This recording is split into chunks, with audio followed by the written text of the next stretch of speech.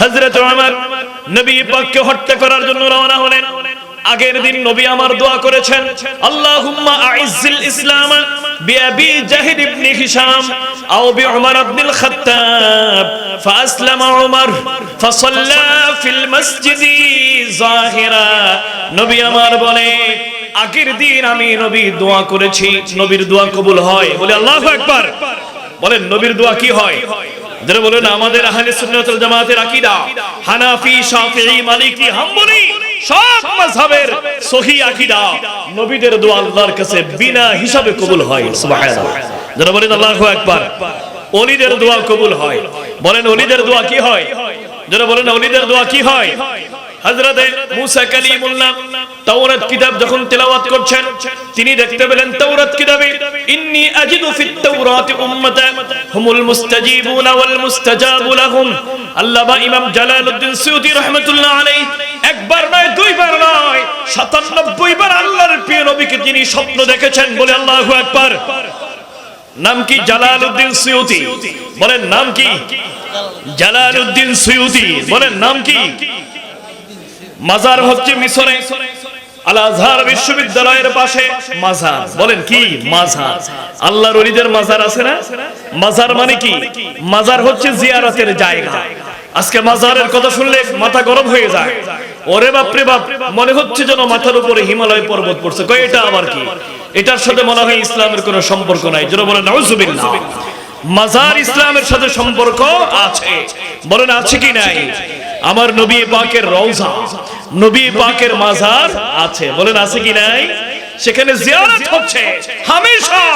নামাজ ছাড়া প্রতিটি সেকেন্ডে সেকেন্ডে নবী পাকের রওজা জিয়ারত শূন্য থাকে না। সুবহানাল্লাহ। নামাজের মধ্যেও আমার নবীকে লক্ষ লক্ষ মুসল্লি মসজিদ নববীর মধ্যে সালাম দিচ্ছে কি দেয় না? যেটা বলেন দেয় না। শুধু মসজিদে নববীতে দেয়, বাংলাদেশে বসে দেন না, পাকিস্তানে দেয়, আফগানিস্তানে দেয়, ভারতে দেয়, দুবাইতে দেয়, আমেরিকায় দেয়। প্রতিটি দেশে প্রতিটি নামাজে নামাজে আল্লাহুম্মা সাল্লি আলা মুহাম্মদ কে রেখেছে? আর যারা বলে না কে রেখেছে? তাহলে মাজার পৃথিবীর সব জায়গায় আছে। ইরাকের জমিনে ওলিকুলের শিরোমণি আব্দুল কাদের জিলানীর মাজার আছে। যারা বলেন আছে কি না? তোমাদের বদনসিব, তোমাদের মাজার নাই। যাদের মাজার নাই তাদের নসিব কি খারাপ। যারা বলেন না যাদের মাজার নাই তাদের নসিব কি?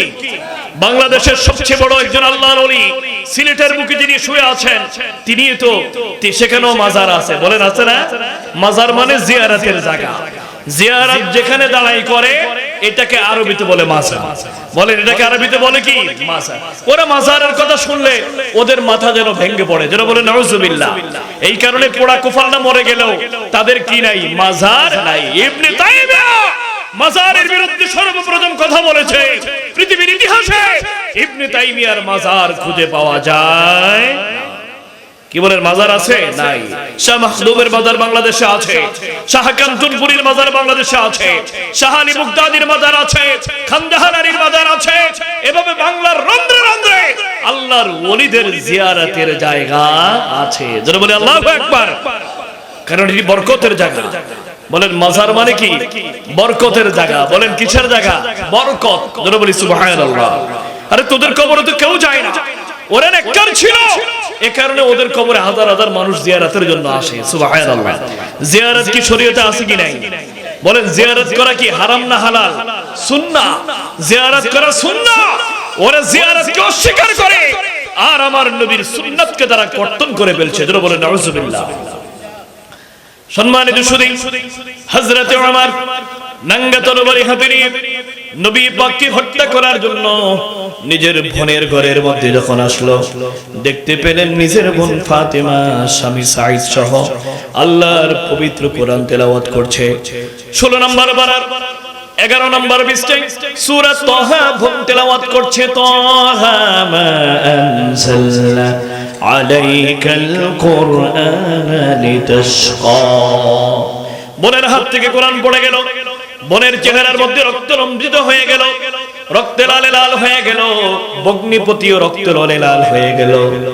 আমরের অন্তরের মধ্যে একটু বেদনার সৃষ্টি হলো। বোনকে বলতে লাগলো, ও আমার বোন রে, আমাকে একটু কিতাবটা ধরতে দাও। যে কিতাবটা একটু আগে তুমি পড়ছিনা আমাকে একটু ধরতে দাও। বোন বলে ভাই আপনি মুশরিক মানুষ, আপনার শরীর অপবিত্র, আমাদের কোরআন ধরতে হলে ওযু করা ছাড়া আল্লাহর কোরআন ধরা যায় না। সুবহানাল্লাহ। আল্লাহ তাআলা কোরআনুল কারীমের সূরা ওয়াকিয়ার মধ্যে বলেন ইন্নাহু লাকুরআনুন কারীম ফি কিতাবিম মাকনুন লা ইয়ামাসসুহু ইল্লাল মুতাহহারুন। লৌহে মাহফুজের পবিত্র কোরআন, এটি পৃথিবীর যেন তেন কোনো কিতাব নয়, বাইবেলের মতো কিতাব নয়, ইনজিলের মতো, জাবুরের মতো, অন্যান্য ধর্মগ্রন্থের মতো নয়। এটি হচ্ছে এমন একটি সম্মানিত কিতাব যেটাকে আমার আল্লাহ ওযু ছাড়া স্পর্শ করা হারাম করেছে। সুবহানাল্লাহ। ওযু সহকারে একবার ধরেন, বুকের সাথে লাগান, দেখবেন আপনার বুকটা আল্লাহ তাআলা নরম করে দিয়েছে। সুবহানাল্লাহ। কি বলেন, কথা ঠিক না বেঠিক? কোরআন থেকে দূরে, এজন্য আমাদের অন্তর কঠিন হয়ে গেছে। বলেন আমাদের অন্তর কি হয়ে গেছে? কঠিন। রোজার মাস আসতেছে, এই মাসে কোরআন তেলাওয়াত করার দরকার আছে কি নাই? কি বলেন? নাকি শুধু হুজুরকে, হুজুর 10 জন দাওয়াত দিবেন, 200 টাকা করে হাদিয়া দিবেন, কাম শেষ, দায়িত্ব শেষ, এখানেই? না, এখানে নয়। হুজুররাও তেলাওয়াত করবে নিজের ঘরের মধ্যে, 30 দিনে 30 পারা এক খতম কোরআনুল কারীম তেলাওয়াতের অভ্যাস মুসলমানদের ঘরে ঘরে করার দরকার আছে। জোরে বলি সুবহানাল্লাহ। কোরআন যেখানে তেলাওয়াত হবে সেখানের মধ্যে বরকত রহমত দিয়ে আমার আল্লাহ তাআলা ভরপুর করে দেয়। সুবহানাল্লাহ।